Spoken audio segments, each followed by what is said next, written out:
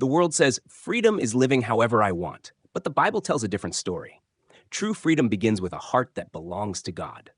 We call a life without restrictions freedom, to speak whatever we want, to choose without restraint, to live without anyone interfering.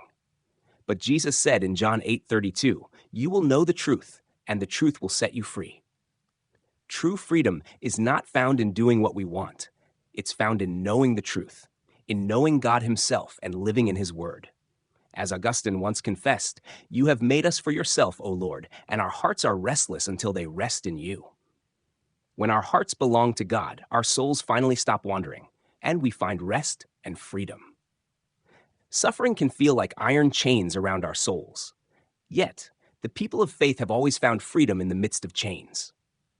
John Bunyan, who spent 12 years in prison, once said, "I was confined in prison, but my soul saw a world far greater in God." Though his body was locked away, his spirit walked freely with God. The Apostle Paul wrote the book of Philippians from a Roman prison. He was chained, yet he testified that others were speaking the word of God more boldly and without fear. Paul was bound, but the gospel was not. For him, prison was not a wall, it was a window through which he saw the grace of God.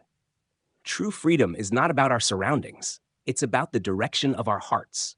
When our hearts are tied to the world rules over us. But when our hearts are anchored in God, no circumstance can imprison us. Corrie, who suffered in a Nazi concentration camp, once said, "You may be in a prison, but a soul held by God can never be captive." Freedom doesn't come from open doors. It comes from an open heart before God. Where is your heart anchored today? In desire? In fear? Or in God? When your heart belongs to Him, suffering no longer feels like a prison. It becomes a holy sanctuary. In His presence, your soul finally breathes freely. True freedom is not about your situation. It begins with a heart held by God. For where the Spirit of the Lord is, there is freedom.